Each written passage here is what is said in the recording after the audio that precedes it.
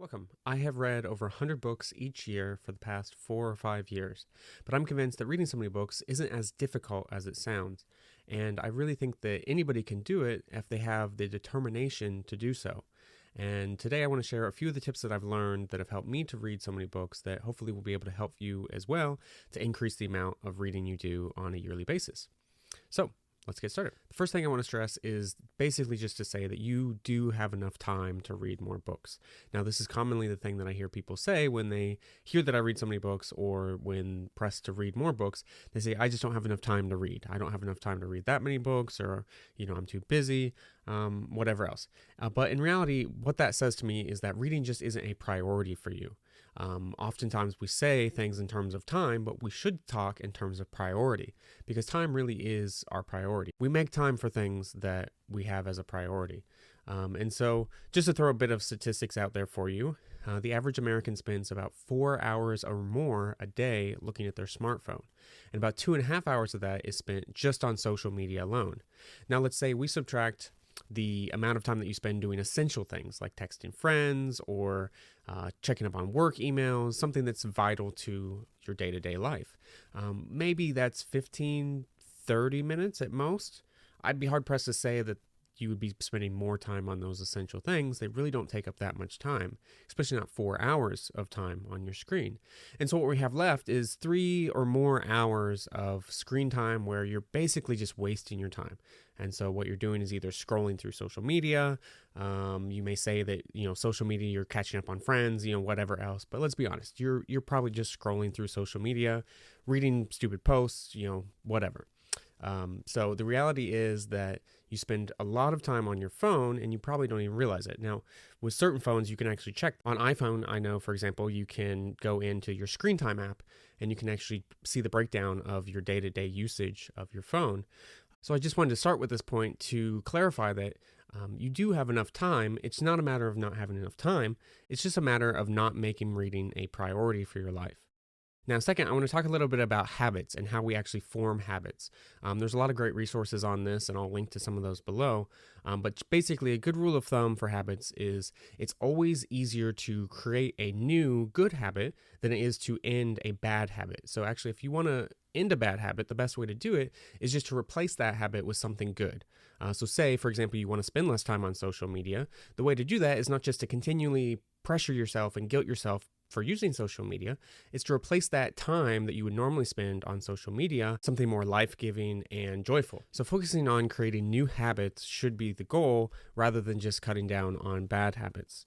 Now, habits come into 3 parts. They have a cue, the routine, and then the reward.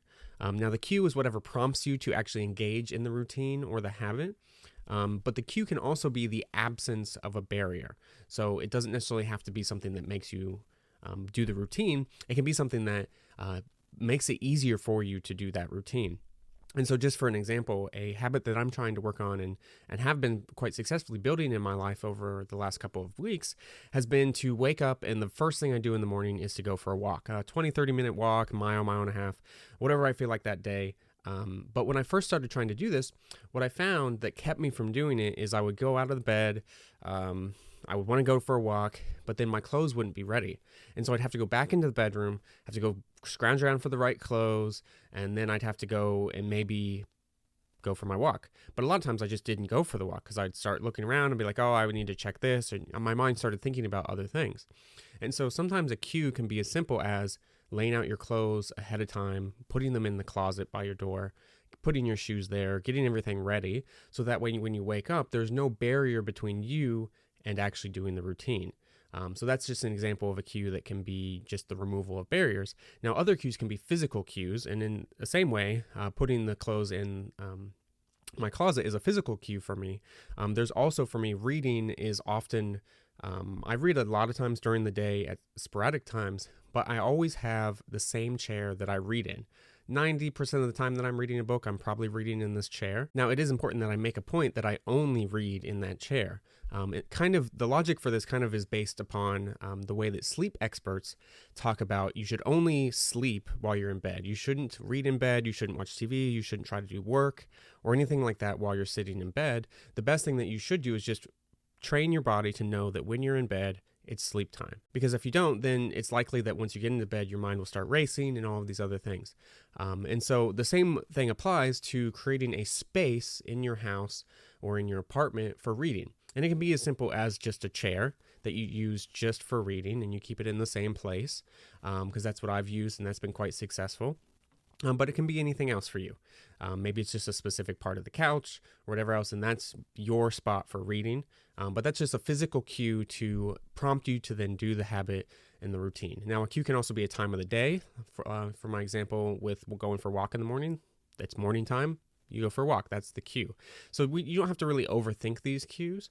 It's really just anything that will prompt you to do the habit that you're trying to create. Now, the reward part of a habit doesn't have to be overthought either. A lot of times I've actually found that the reward for the habit is the actual act of doing it. So the feeling of accomplishment you get when you complete the task, when you finish a book, when you come back from a walk, like my early example.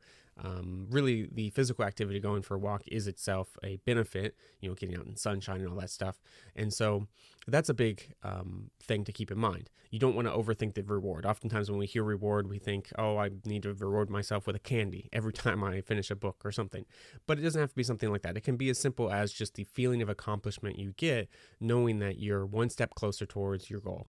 So don't overthink your rewards, but keep that in mind, that that's the 3 patterns: cue, routine, reward. So next, I just want to talk about the practical tips that I've learned for specifically how to read more. So one of the things I've learned is to read multiple books, and to read multiple books in multiple ways. And so what I mean by that is to read both paperback books, Kindle books or ebooks, and audiobooks. I tend to be reading all 3 at any given time, but each method I use for particular purposes. So I typically read physical books when I actually want to get down and study something a little bit more in depth. So if I'm taking notes in the margin, if I'm slowing down, I'm really thinking through the ideas, I try to get that book in a paperback version. So a lot of my research that I do for my writing tends to be in paperback, even though I also read Kindle and everything else for some other texts as well. Kindle tends to be something that I'm kind of loosely interested in. That's kind of a secondary subject to the thing I'm researching about, but it's not necessarily the most essential book that I would want to be reading. I save that for the physical copies of the books. And then even further out of that circle, if we imagine as being this kind of circle of importance, the least important would be the books that I listen to an audiobook, because you can't take notes, you can't highlight or any of that stuff. I save for audiobooks the books that I'm just kind of loosely interested in, maybe books that are just more fiction related, aren't even related to what I'm researching, just something fun to listen to. So I'll listen to like some pop psychology, historical books, memoirs, stuff like that, just anything that's interesting to me. But audiobooks are something that I take the least seriously. So if there's a book that I really want to study, it's not on audiobook.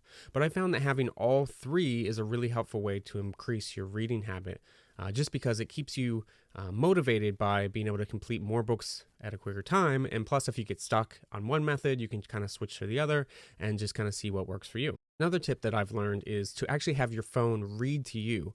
And so on the iPhone, I don't know how it works on other devices, but on iPhone, you can actually have Siri read anything on the display for you. It'll read text to you. And so it's not the most pleasant sound, I'll just be honest. Siri doesn't read the best, but it's actually gotten a lot better over the years. When I started doing this method, it was just this clunky voice and it would mispronounce things. It sounds a little bit more humane now, so that's better. But you just go into your accessibility function, and for me, you swipe down 2 fingers on the screen and it'll actually start reading for you. Now, this comes in handy for a couple things. It comes especially handy for reading quickly, but the main reason why I think I do this and why this is quite helpful is if you're an auditory learner, you can listen to the book while you actually follow along and read it. And this is most of the time what I'm doing, because they say if you're trying to learn something, it's good to not just read it, but also listen to it at the same time. So it's actually helped comprehension for a lot of books. I feel like for myself, books that I do read in this way, where I'm following along and I'm listening to it, it helps you comprehend the book a lot better. Another just quick tip is to vary the length of the books that you're reading. So I tend to read a long book, short book, long book.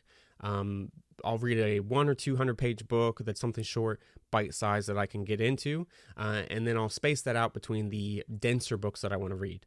Now, typically books are somewhere between like under 300 pages that I tend to read, but there's always those door-stopping books that are 600, 700, 800 pages that you just have to get to, and they're a bit daunting, and you'll spend a long time reading them. But I always try to space those out in between shorter books. Now, the main idea for this is just to keep your momentum going, because if you feel like you're getting stagnant, you might lapse in the habit some. And so this is just to keep your momentum going. Now, finally, I found it quite helpful to keep a tally of your books read. I use Goodreads for this. It's just a simple app. It's a social media app, but really nobody uses the social function. Sometimes you'll get recommendations from people or whatever, but it's not like social media where you're going to be sitting there scrolling forever. It really is just where you tally up the books you've been reading, you mark the dates you've been reading them, you can rate the books, and then you can see other ratings and all this stuff. But I find the most helpful function for that is really just the reading goal that you set for yourself, and then you can kind of watch it grow as the year progresses. And so right now I currently have 40 books that I've read. It's April 6th, so I'm quite ahead of my schedule, and the app will actually tell me how much I'm ahead of my schedule. I think it says right now I'm about 15 books ahead of schedule, but I only set my goal for this year to read 100 books. I'll likely read over 130 this year. It's about the same I did last year as well. But the app's great for that because it actually shows you that, and it breaks down the math for you very well. And you can go back and look through all the books you've read. You can see the ratings you have. Plus, it'll recommend for you books that are similar to ones you've liked. So it's a helpful app. There's alternatives to Goodreads, I know, but Goodreads it seems to be the easiest one for me. So that's the one I use, and I recommend at least having some form of keeping track. Now, the final point that I want to stress here is that whenever you're setting out to do something new, whether it's trying to read more or any kind of habit you're trying to form, it's very important that you are kind to yourself and you show yourself grace. One of the quickest ways to end your new habit is to create a negative feedback loop where you start beating yourself up because you missed a day. That's really the absolute worst thing you could do for yourself in that situation. Instead, you need to just show yourself a little bit of grace and remember everybody's human, and not beat yourself up. You need to create a positive feedback loop every time you do your habit, even when you forget to do your habit, because then you're far more likely to go back to the habit if you have a good experience with it versus beating yourself up, and then it's likely you're going to abandon the habit completely. So alongside this, there's a good rule of thumb called the 2-day rule. Now, this rule basically just states that you do not let 2 days go by without doing the habit you want to keep doing. And so it values consistency over quality. And so if you only have maybe 5 minutes to read, that counts. That's a day that you've done some reading.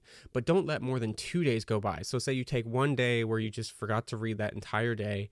Don't beat yourself up. Don't worry about it, but just make sure that the next day you get some reading in, so that way you do not break your 2-day rule.